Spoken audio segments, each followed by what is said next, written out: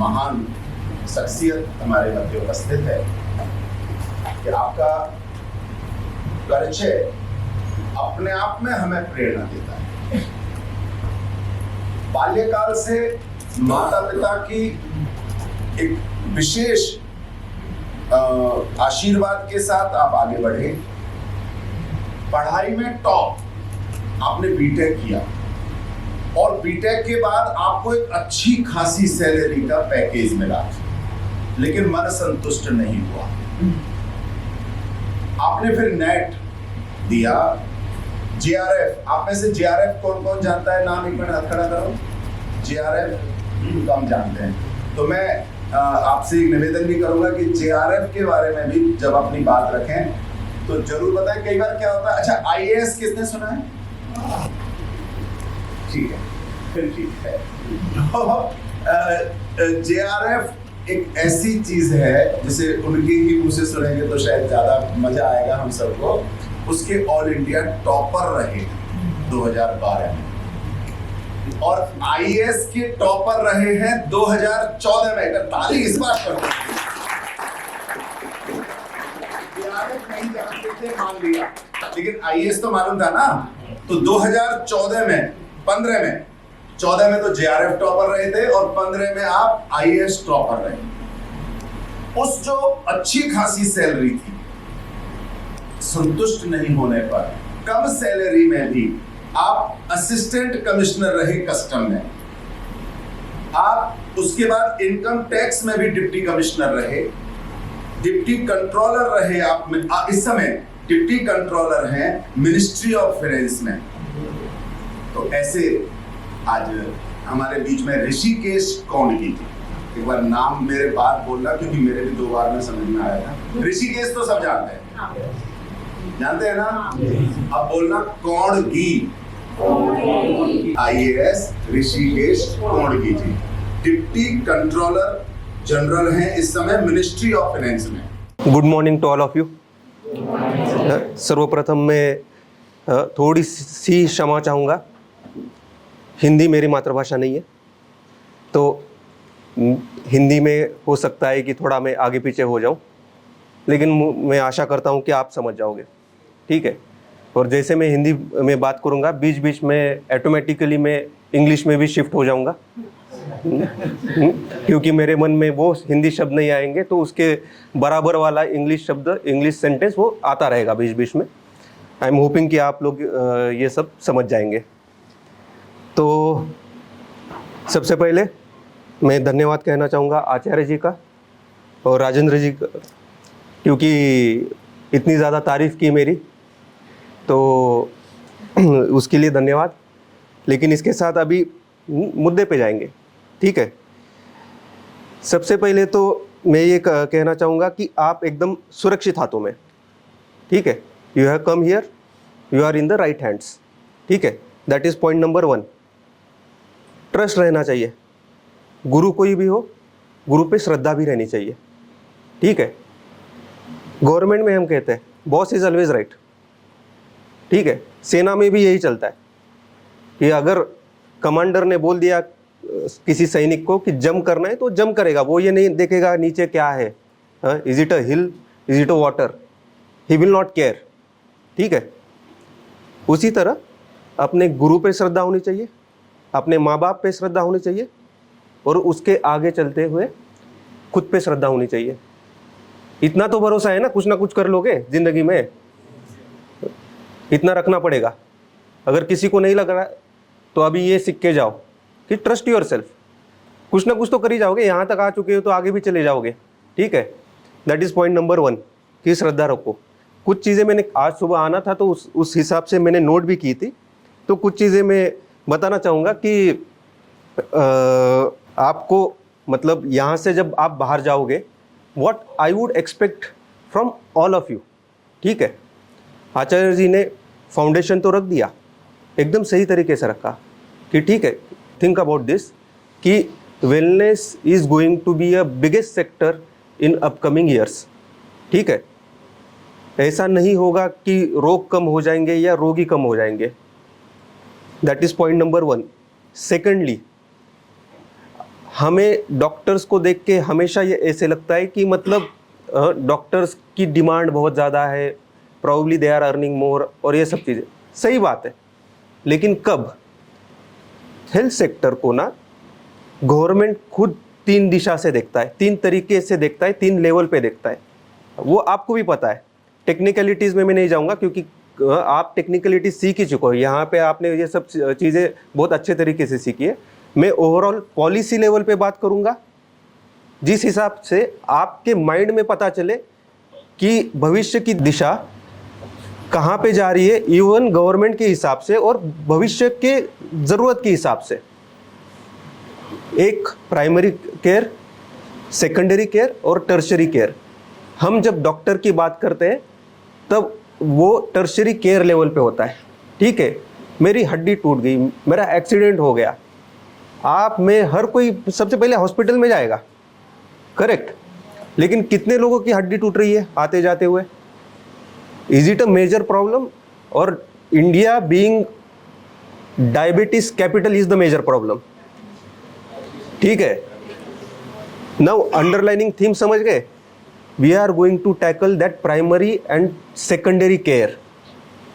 Primary और secondary care को हम टैकल करेंगे। टर्शरी केयर के लिए तो और भी वहाँ पे विद्वान बैठे, पढ़े लिखे अच्छे लोग बैठे, and that is good for us. वो लोग होने चाहिए, वही तो हमारी जान बचाएंगे। लेकिन आप भी तो किसी की ज़िंदगी ईजी करोगे, आरामदायक करोगे। ठीक है, so there is lot of scope for this field. Think about this thing कि आप जहाँ पर भी जाओगे, जिस भी जिले में जाओगे, जिस भी गांव में जाओगे, तो वहाँ पे you should be the biggest name when it comes to primary and secondary care.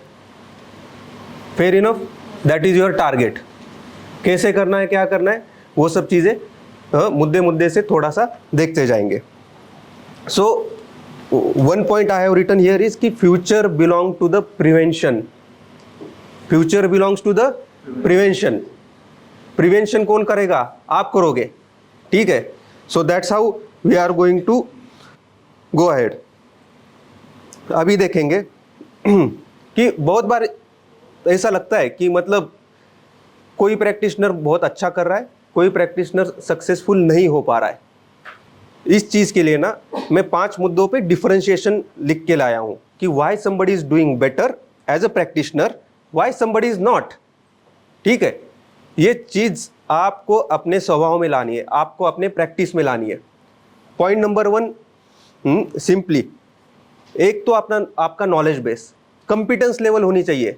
मैं अगर आपके पास आ जाऊं तो मुझे लगना चाहिए कि इसके पास अपने विषय का नॉलेज है। ठीक है, सो this is first thing that will differentiate you from the other person. क्या है? आपकी कंपिटेंसी, आपका knowledge about your own therapy. Knowledge about your own therapy is the first differentiator.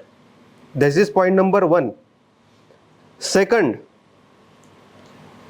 और ये थोड़ा सा again from inside, being into government for 10 years, record keeping. हमेशा जो जहां पर भी जाए, जिस भी पेशेंट को आप केटर करें, आपको उसका रिकॉर्ड रखना है, आपको रखना है। ये नहीं करना है कि पर्चा लिख के उसको दे दिया। यहां से आपका नॉलेज बेस बिल्ड होगा। आपके पास जब 500-1000 केसेस के थ्रू जाओगे, एक केस बेस होगा। आपको ये भी याद रहेगा कि 10 साल पहले इस पेशेंट को मैंने ट्रीट किया था और उसकी ये व्याधि थी, ये व्याधि इसकी इतने दिन में हो चुकी है। हो सकता है कि सिमिलर पेशेंट आ जाए, एक पैटर्न रिकॉग्निशन, पैटर्न बिल्डिंग भी हो जाएगा उसमें। ठीक है, तो ये जो है ना रिकॉर्ड कीपिंग के लिए, this is something which I will definitely suggest कि आप रखते जाइएगा जहाँ पर भी जाए। सामने वाला पढ़ा लिखा हो, कैसे हो, गांव में काम कर रहे हो, किसी जिले खेड़े में काम कर रहे हो आप। ठीक है, सो आपको तो आता है पढ़ना लिखना, आप तो कर सकते हो। सो ऑलवेज कीप रिकॉर्ड, हर चीज़ का रखिए। हर चीज़ का मतलब इवन आपके पेशेंट का भी रखिए, आपके पैसों का भी रखिए। बीइंग फ्रॉम फाइनेंस बैकग्राउंड, 1-1 रुपए का भी रखिए, कोई दिक्कत नहीं है, but that is very core to your work. Thirdly, तीसरा मुद्दा, good practitioner always follows up. Always follows up. मुझे अच्छा लगता है कि मेरा डॉक्टर मुझे या फिर मेरा प्रैक्टिशनर मुझे पूछता है कि आपने हमसे थेरेपी लिए, आप ठीक तो हो, एक मैसेज, एक कॉल, एक follow up will change perspective of that person. He will always think about you कि अगली बार कुछ हो जाए, मेरे भाई को हो जाए, मेरे भतीजे को हो जाए, क्यों आएगा आपके पास? क्योंकि आप फॉलोअप रख रहे हो. कैसे रखोगे? हर वीक कोई संडे सैटरडे पकड़ लो, कोई एक दिन पकड़ लो, और वो आपके पास रिकॉर्ड रखा है ना कि इस हफ्ते में कौन कौन आए, सबको एक मैसेज डाल दो. This is also a art of communication. MBA में मार्केटिंग में भी लेक्चर लेने जाते हैं हम, वही वहां पर भी यही चीजें सिखाते हैं. सिर्फ बड़े बड़े शब्द यूज करेंगे. We will use different kind of jargons in the MBA school. Concept यही है. ठीक है, तो फॉलोअप रखना है. This is also about a good practitioner. चौथा, discipline. You should be known for your discipline. सबको पता होना चाहिए कि मैं इस टाइम पे अगर जाता हूं तो ये डॉक्टर मिल जाता है. अगर डॉक्टर ने मुझे ये टाइम दिया है तो ये टाइम पे उपलब्ध है. तो discipline is very core differentiator from other people. और मैं बताता हूँ, सब चीज़ें आसान है इनमें से. Record keeping is easy, knowledge बनाना भी ईजी है, फॉलोअप करना भी ईजी है. डिसिप्लिन रखना बहुत मुश्किल काम है, क्योंकि डिसिप्लिन जिंदगी भर रखना पड़ता है. क्योंकि डिसिप्लिन एक दिन से तो नहीं आएगा. नॉलेज आ जाएगा. नॉलेज 3-4 साल आप करते रहोगे ना, you will be best among the people, और वही नॉलेज से आप जिंदगी भी काट लोगे. लेकिन discipline is something which goes for a life time, and this is something which will take you to the far. So discipline is very much core to your work life. और पांचवी चीज जो आपके व्यवसाय के लिए मैजिक होगी, that is reputation. Again let me bring government perspective. Reputation travel faster than a person. हमारा जब भी तबादला हो जाता है, जब भी वी गेट ट्रांसफर्ड ना, हमारे जाने से पहले वहाँ पे लोगों को पता चल जाता है कि साहब बहुत स्ट्रिक्ट है, साहब बहुत अच्छे है, साहब बहुत ऐसे है, साहब को कॉफ़ी पसंद है, चाय पसंद है, साहब को गाड़ी में शीशे कैसे चाहिए, काले चाहिए, कर्टन वाले चाहिए, ये सब चीज़ें तक डिस्कस हो जाती है. ठीक है, ये सरकारी पर्सपेक्टिव. आपके हिसाब से रेपुटेशन, इनके पास चले गए, बंदा प्रोफेशनल है, बंदा नॉलेजेबल है, बंदा ठीक करके भेज रहा है. रेपुटेशन कैसे आएगा? प्रैक्टिस से आएगा, डिसिप्लिन से आएगा. ये भी मान के चलिए कि 4 गलतियां होगी जब हम चालू करेंगे. We will make mistakes. हर किसी से होगी, हम भी करेंगे, आप भी करेंगे. लेकिन जितना करते रहोगे, that will be perfecting your own art. ठीक है, आपकी थेरेपी सिर्फ साइंस भी नहीं है, ये आर्ट भी है, ये भी समझ लीजिए.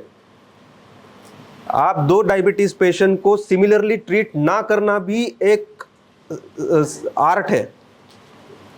वो समझ लेना, वो कैसे इंप्लीमेंट करना है, इसके लिए आपके पास गाइडेंस तो है ही है, लेकिन आपको खुद ग्राउंड पे जाना पड़ेगा. सो की is learning by doing. Learning by doing कैसे करोगे? जितना आप पेशेंट पकड़ के उसको दुरुस्त करोगे ना, उतना आपको भी मज़ा आ जाएगा. और आपका तो फील्ड ऐसा है, थैंकफुली मेरा भी ऐसा है कि जितना अच्छा काम करो, we will impact more of a people. ठीक है, तो we are on the same boat. हमारी वजह से किसी का तो भला हो रहा है. ठीक है, ये भी समझ लीजिए. और ये चीज़ कोई भी याद रखता है.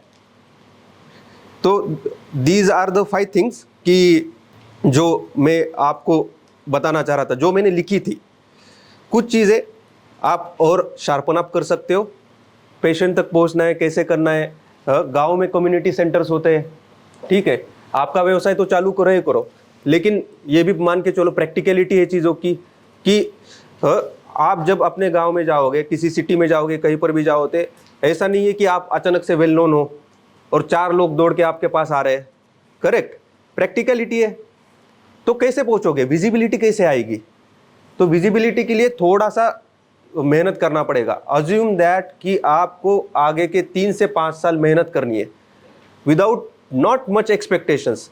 पैसा आएगा, चलेगा, लेकिन सिर्फ पैसा आ रहा है इसका मतलब ये नहीं कि उससे आपको सेटिस्फाइड हो जाना है। आपको सिंपली ये देखना है कि पैसा तो ठीक है आ ही रहा है, लेकिन I want to reach to the larger audience, make a bigger impact. कैसे करोगे? महीने 2 महीने में एक बार आप डेफिनेटली कहीं पे कैंप कर सकते हो। आपके खुद के स्कूल में जाओ, आपके खुद के कॉलेज में जाओ, उनको ऑफर करो कि हम बच्चों के लिए करेंगे। बच्चों को कैसे बैठना है, स्कूल में दिन भर बैठे रहते हैं, किसी को पीठ की समस्या आ रही है, बच्चे भाग दौड़ नहीं है, किसी को घुटने की समस्या आ रही है, ये भी तो हो सकता है। कम्युनिटी सेंटर में जाओ, फ्री में करो, ठीक है, लेट देम अंडरस्टैंड। और आपको फ्री में करने के लिए ऐसा तो नहीं कि खुद का पैसा जा रहा है। स्कूल में करोगे, स्कूल वाला खुद आपको हॉल दे देगा, ऑडियंस दे देगा। किसी मंदिर में करोगे, मंदिर वाला लगा देगा, उसका भी फायदा हो रहा है कि समाज सेवा उसकी तरफ से हो रही है। आपका फिजिकल एफर्ट्स लगेगा और थोड़ा सा एनर्जी लेवल दिखाना पड़ेगा, because you have to reach to the someone. तो कितना आप अपना एक्यूमन, एक शार्पनेस, मेंटल शार्पनेस दिखा सकते हो ना, ये उसका उदाहरण है। तो ये सोशल स्किल भी है कि 4 लोगों के पास बिना शर्माए होने जाना है, कुछ नहीं है, ठीक है। हर किसी को बिजनेस करना है, हर किसी को अपनी रोजी रोटी करनी है ना, तो उसमें there is no shame in being salesman. Call centre वाला आपको कॉल करता है, why he is calling you?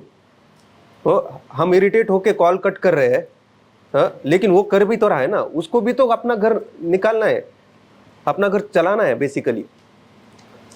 तो and I don't feel ashamed, ठीक है। मैं तो चाहूंगा कि मतलब अगर हमें खुद की लाज मारनी हो ना, तो हम सब जाके कॉल सेंटर में 1 हफ्ता जाके काम करें, तब जाके एक मेंटली रेजिलियंस आ जाएगा। लोग ऐसे ही गालियां मारते हैं, लोग मना ही करते हैं, but I have to stick to my job and I have to keep doing it, ठीक है।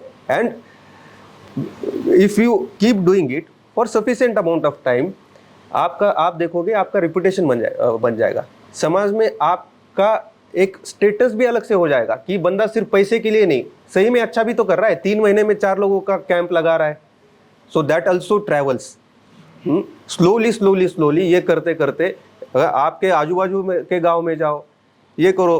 2-3 साल में ऐसा होना चाहिए कि न्यूरोथेरेपी के मामले में आपके सिटी में सिंगल पॉइंट ऑफ कांटेक्ट आपका ही आना चाहिए, नाम कब्जा करना है बेसिकली, ठीक है, एरिया अपना है उस तरह से।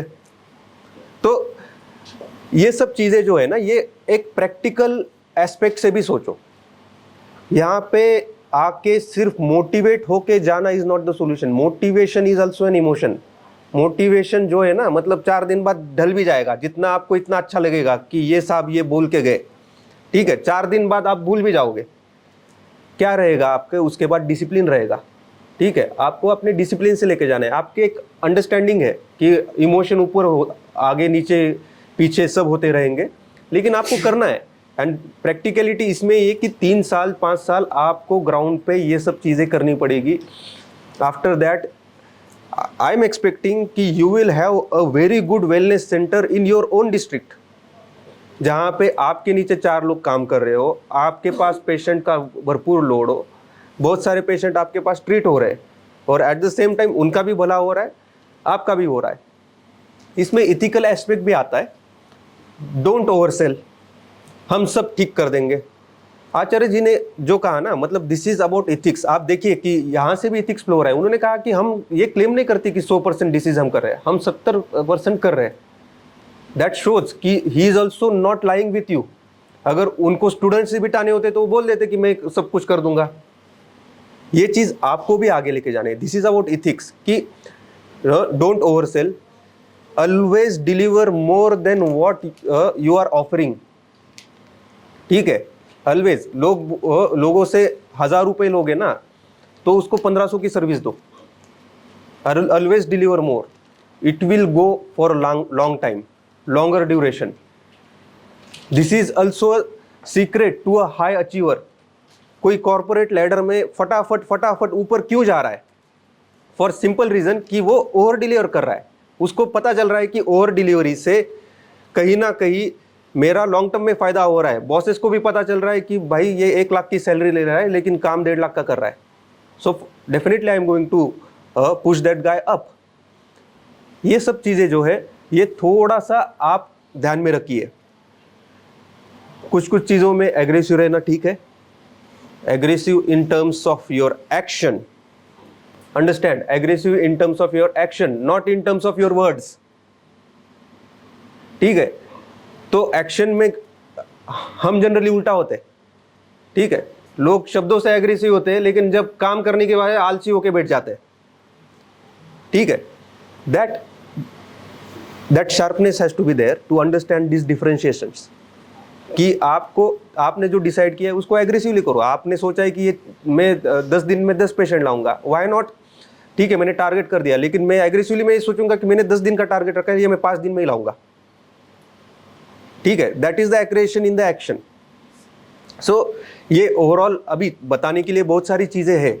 I can go on for lot much amount of time. मैंने लिखी भी है 4 चीजें, लेकिन मैंने लार्जर एस्पेक्ट जो है ना वो मैंने टच कर दिया है. वन इज अबाउट योर, फिर से जाएंगे, one is about your future aspects. I am saying you are in the safe hands and your career is having bright future. We are going to target primary and secondary care. ठीक है, तो ये दूसरी चीज. तीसरी चीज, आपको अपना नॉलेज बेस बिल्ड करना है. मैंने 5 स्टेप्स बताए आपको, 5 इथिकल एस्पेक्ट्स बताए, 5 एट्रीब्यूट्स बताए, जो भी आप बोलो, upon which you are going to guide your career. Mental resilience रखना है, 3 से 5 साल की मेहनत की तैयारी रखनी है. उसमें सब होगा. आपको फेल्यूर आएगा, पेशेंट आके बोलेगा पैसे बर्बाद कर दिए तुमने, तो मुझे ठीक ही नहीं किया. ये सब चीज़ें सब होना है. सब you have to keep yourself over deliver करते रहो. We have talked about your marketing as well, कि आपको 4 लोगों तक जाना कैसे.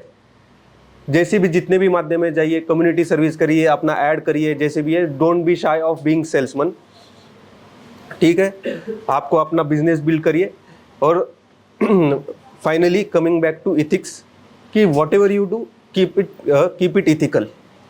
झूठ नहीं, खोटा नहीं, कुछ नहीं. Keep it ethical. You know what ethical is. So this is the overall framework which I believe that you people will work on.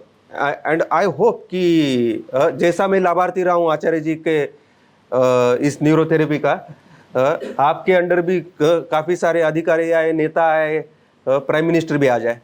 ठीक है, सो आई एम जस्ट होपिंग कि आपका नाम उतना बड़ा हो. एंड एग्रेसिवली होना है आपके. अभी आधा इंडिया यहीं पे है, तो आई एम होपिंग कि ऑल ओवर इंडिया में यू विल रीच आउट. आप जितना अच्छा करोगे ना, भारत उतना अच्छा करता रहेगा. ठीक है, so that is from my side. If any questions, thank you very much.